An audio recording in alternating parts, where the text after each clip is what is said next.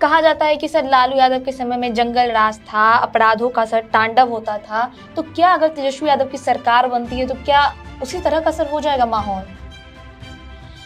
ये तुम्हारा सवाल ये था कि मतलब असर शहाबुद्दीन के आने से असर पड़ेगा, तो वो सोच रहे हैं कि तेजस्वी यादव कि असर नहीं पड़ेगा और बरियार हम होंगे, अकलियत में हमको वोट मिलेगा, लेकिन असर तो पड़ ही जाएगा। जब कंपेनिंग शुरू होगा, जब सवाल आएगा बुर्का से लेकर के बहुत सारी चीजें बातें होने लगेंगी, तो पोलराइजेशन हो जाएगा जिसमें आरजेडी को घाटा हो सकता है, मेरा ये कहना है।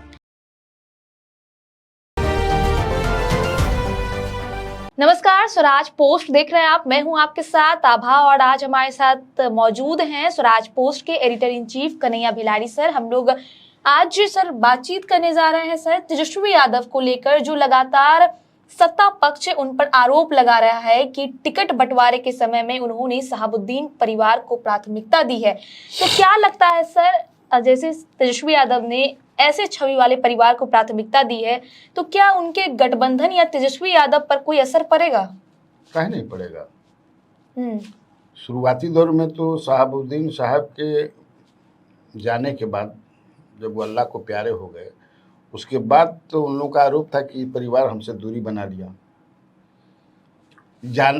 उसमें उनका जो जनाजा निकल, फिर जो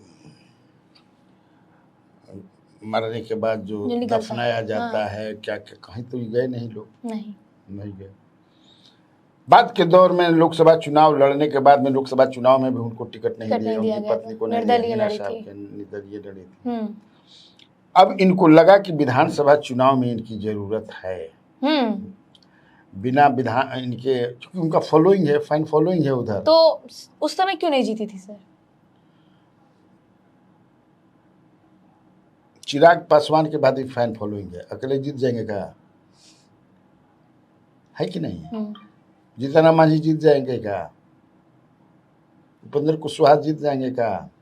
इवन बीजेपी भी सरकार बना लेगी क्या? नीतीश कुमार भी सरकार बना लेंगे कि क्या? तेजस्वी यादव बना लेंगे? साथ लेना पड़ता है ना। ये ऐसी राजनीति हो गई है बिहार की, दो तीन को एक साथ रहना ही है अगर सरकार बनाना है। तब अगर सरकार बनावे के बाद तो दो तीन आदमी के एक साथ लाठी लेकर रह ही के पड़ी। ये समझ लो, ये मान करके चलो। हाँ सर। तुम्हारा सवाल ये था कि मतलब शहाबुद्दीन के आने से असर पड़ेगा, तो वो सोच रहे हैं कि तेजस्वी यादव कि असर नहीं पड़ेगा और बरियार हम होंगे, अकलियत में हमको वोट मिलेगा, लेकिन असर तो पड़ ही जाएगा। जो हिंदू समाज के लोग हैं रघुनाथपुर ही नहीं, पूरा सिवान में, पूरा सिवान में, तो सोचेगा ना भाई कि क्या जरूरत पड़ी, क्या है। बिल्कुल सर। कोई बढ़िया आदमी को दिए होते। आखिर तेजस्वी यादव की क्या मजबूरी थी, इसको उन्होंने टिकट दिया। और इसके साथ ही जो स्टार प्रचारक आरजेडी के द्वारा निकाला गया है, उसमें हिना साहब का भी नाम है। तो हिना साहब थोड़े उस पर कोई आरोप है? नहीं, वो तो नहीं है सर, लेकिन उनके पुत्र उसामा है, इन पर तो आरोप भी है। आरोप है, हाँ।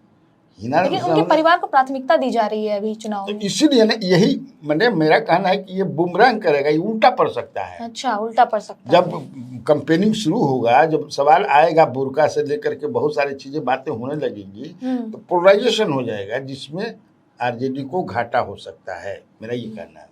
सर, सत्ता पक्ष ये भी आरोप लगा रहा है कि जो शहाबुद्दीन को ही शुरुआत की है टिकट देने के लिए, वो रोजगार क्या देंगे सर? इस तरह का आरोप लगाया जा रहा है, क्या कहेंगे? सत्ता पक्ष आरोप लगा रहा है जो तेजस्वी यादव पर कि टिकट बंटवारे में ही उन्होंने शहाबुद्दीन को टिकट दिया है, तो वो रोजगार क्या देंगे? जो तेजस्वी यादव रोजगार की बात नहीं, इसमें मेरा ये थोड़ा सा रहेगा कि रोजगार से या शहाबुद्दीन के परिवार से थोड़ा डिफरेंसेस है। देखो, रोजगार तो वैसे भी वो नहीं दे पाएंगे। नहीं दे पाएंगे। कहाँ से दे पाएंगे तुम बताओ तो? तुम्ही बता रही थी ना, तुम्ही ना बता रहे कि 2,75,76 लाख फैमिलीज हैं बिहार में।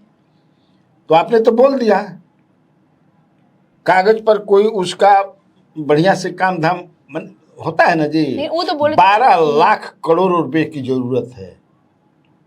बा बिहार कहाँ से लाइएगा? केंद्र से कौन कितना मदद करेगा?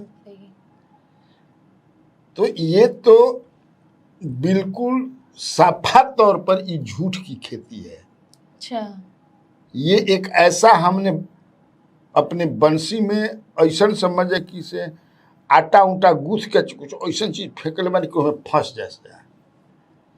लेकिन जनता भी इतनी मूर्ख नहीं है, क्योंकि अभी तो उनको नीतीश कुमार से 10,000 सरकार से 10,000 मिलने लगा। महिलाओं नीतीश कुमार भी बार बार बोल रहे हैं। अभी हाल ही में वो चुनाव पर अभियान उन्होंने शुरू कर दिया। सराय रंजन गए थे विजय चौधरी के, क्या कहा उन्होंने कि कितना नौकरी देंगे।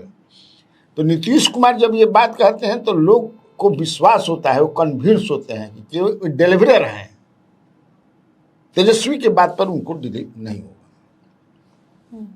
सर, तेजस्वी यादव जो नौकरी की घोषणा कर रहे हैं, तो क्या लगता है सर, ये सत्ता पक्ष सवाल उठा रहा है कि ये चुनावी स्टंट है, सिर्फ आगे कुछ नहीं करेंगे? तो मैं तो कहा ही 100% चुनावी स्टंट है।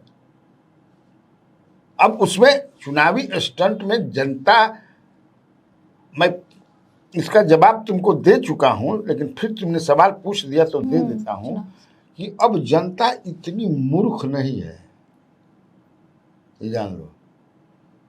जागृत हो गई है, सावधान हो गई है, सोचने समझने की अब कोई नहीं कर सकता है इस तरह से। वो कह के भाई वो भी जान, हमारा तारा से ज्यादा गांव के आदमी जाने लन। हमने क्या बना के भले तेज बनत स्मार खा बनत, तू बड़ा पत्रकार बन गई बड़ुआ, तू हम जब बड़ा आदमी जानता तारा हमारा से ज्यादा वो जानता।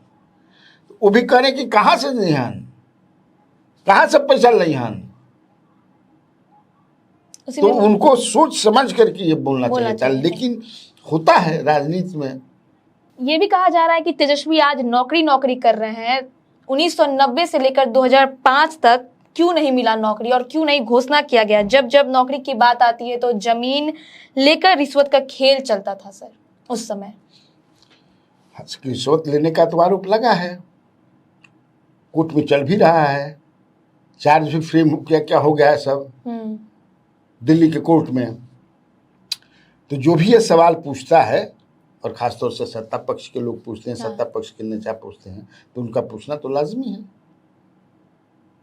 कि भाई 90 से 2005 तक आपके माता पिता की सरकार रही, तो आप कहाँ थे? वो लोग कहाँ थे? खैर आप नाबालिग थे, वो लोग क्यों नहीं दिए? अचानक आप कहाँ से देने लगेंगे? यानी कि आप सत्ता चाहते हैं, आप चाहते हैं कि ये सब दिखा करके सत्ता ले लें, क्योंकि जनता 15 साल तो देख रही है कि इनके पिताजी हैं, माताजी जो हैं, उन्होंने केवल शासन किया, और शासन करके जो है वो जमीन वगैरह जो जो ये सब हुआ, बाकी सब खत्म। मुझे लगता है जो इन्होंने घोषणा कर दिया, फिर मैं उसी पर आ जाता हूँ। वो घोषणा झूठ का पुलिंदा साबित होगा। अच्छा, कहा जाता है कि सर लालू यादव के समय में जंगल राज था, अपराधों का सर तांडव होता था, तो क्या अगर तेजस्वी यादव की सरकार बनती है तो क्या उसी तरह का सर हो जाएगा माहौल? ये सत्ता पक्ष के लोग ऐसा आरोप लगा रहे हैं, और ये लोग आरोप क्या कह रहे हैं, और ये जनता के बीच उनका राज लेकर के जाते हैं।